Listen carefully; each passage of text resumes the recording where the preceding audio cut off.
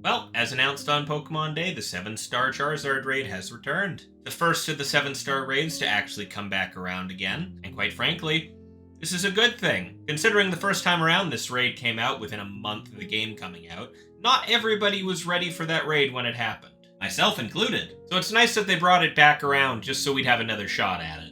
On top of that, they updated the reward pool for it to match it up to what they've been giving for the Venusaur and Blastoise raids over the last couple weeks, which involves a bunch of Herba Mystica for all those shiny hunters out there who use that. Now, the actual raid hasn't really changed at all since the first time around, but we're going to go over it in a video anyway, because I never made one the first time around. And I know I didn't make any videos for the Blastoise or Venusaur raids, but quite frankly, I was having a bit of a time the last couple weeks, and I didn't really have the time to work on it. Not to mention I want to change up how I do these raid videos in the future. So without further ado, let's get into it. Starting off with the moves and ability, Charizard's hidden ability is Solar Power. This ability makes it so that in strong sunlight, Charizard gets a boost to its special attack stat. But as a downside, it also takes damage every turn. However, with the way that this raid is set up, that really doesn't come into play until much later on. So it's a lot less of a problem than most other 7-star raid bosses' abilities have been. For his main attacks, Charizard's bringing Dragon Pulse, strong special dragon move that can use as a stab for its Tera type. It also comes equipped with Fire Blast, because you know it had to get that strong fire move in there too. And for the two remaining moves in the set, it also has Hurricane and Focus Blast. Hurricane is technically a stab move because of its flying type, and Focus Blast helps cover it against ice types. Altogether a pretty good set of moves, and for its scripted abilities, it also comes with Overheat for a really strong fire move, but it only uses it once. It also comes equipped with Sunny Day because it needed something to activate that ability, and Inferno for a little more fire damage and a guaranteed burn. Also, a seemingly pointless inclusion in Tera Blast, which realistically is the exact same as Dragon Pulse in this slot, so I'm not sure why they have both. Anyways, with the moves out of the way, let's get into the scripted actions. Immediately upon the beginning of the raid, Charizard will target one of your team members with Overheat, doing a fair amount of fire damage and lowering its special attack by 2 stages. But that attack drop really doesn't matter, because immediately after he does that, before you even get a chance to move, he resets his own stats. However, it's good to note that this is the only time he resets his own stats, so you basically have free reign over changing his stat pool over the course of the raid. Next up, when Charizard has about 70% of his HP remaining, he will reset your stats, which is pretty standard stuff at this point, so just be aware of it and be ready to reset your stat boosts whenever that happens. Charizard being an older Tera Raid that hasn't seen much changes compared to all the newer stuff we've had over the last little while, its shield goes up a little later than we're used to, at about 60 to 70% HP remaining, or at a little over half the timer remaining, depending on which one goes first. And then moving past that, Charizard uses Tera Blast once when it has 50% HP remaining, and Sunny Day when it's a little under half of its HP, which means it only activates its ability right near the end of the raid, and only gets the attack buff at that point. And on top of that, if you haven't already taken it out by that point, at 20% HP remaining, Charizard will use Inferno, hitting one member of your team with this move and not doing a huge amount of damage, but guaranteeing a burn on that target.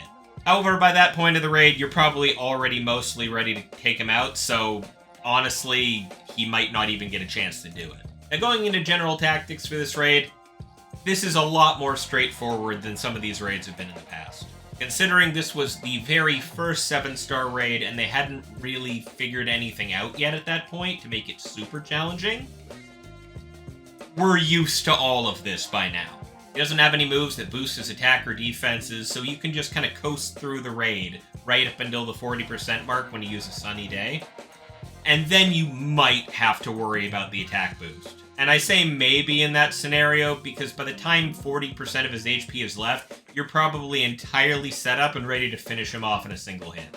Now obviously fairy types are golden in this scenario, being entirely immune to the dragon moves, resistant to Focus Blast, and taking neutral damage from basically everything else.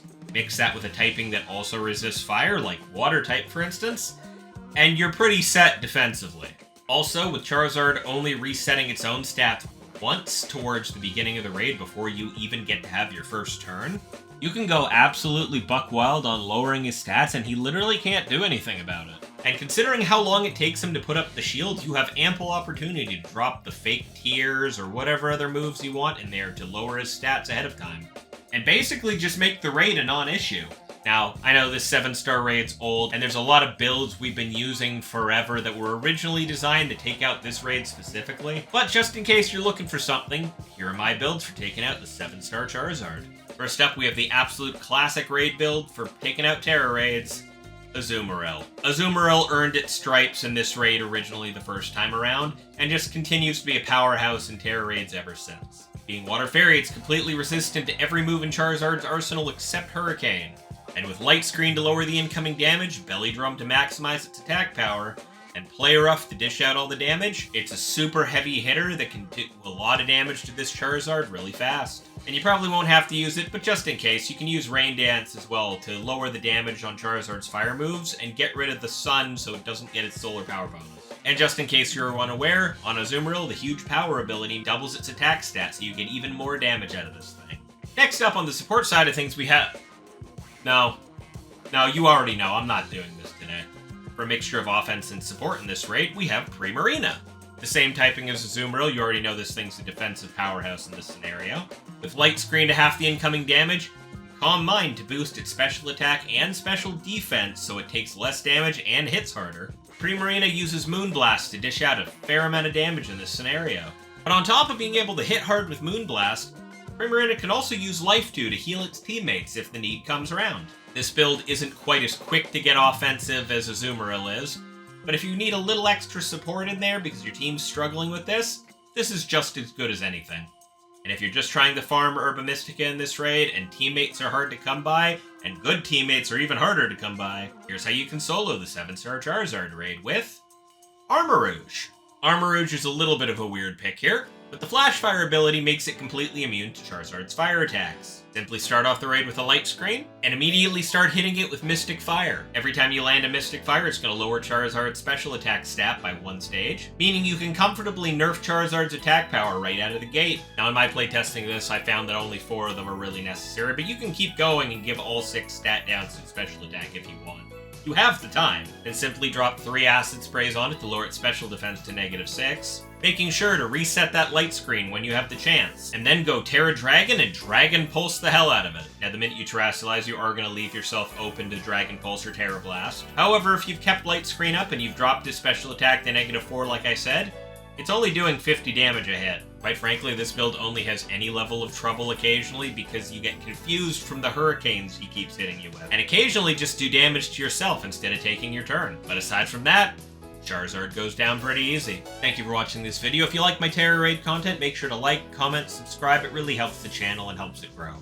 And if you need any help with these raids, just drop by my Twitch channel at twitch.tv/IXIstudios, where me and my friends run these raids every Thursday night about 8:30, 9 o'clock EST whenever they get released, complete with raid builds for people to use, and if we have empty slots, you can come help out too. Thank you for watching. I'll see you around.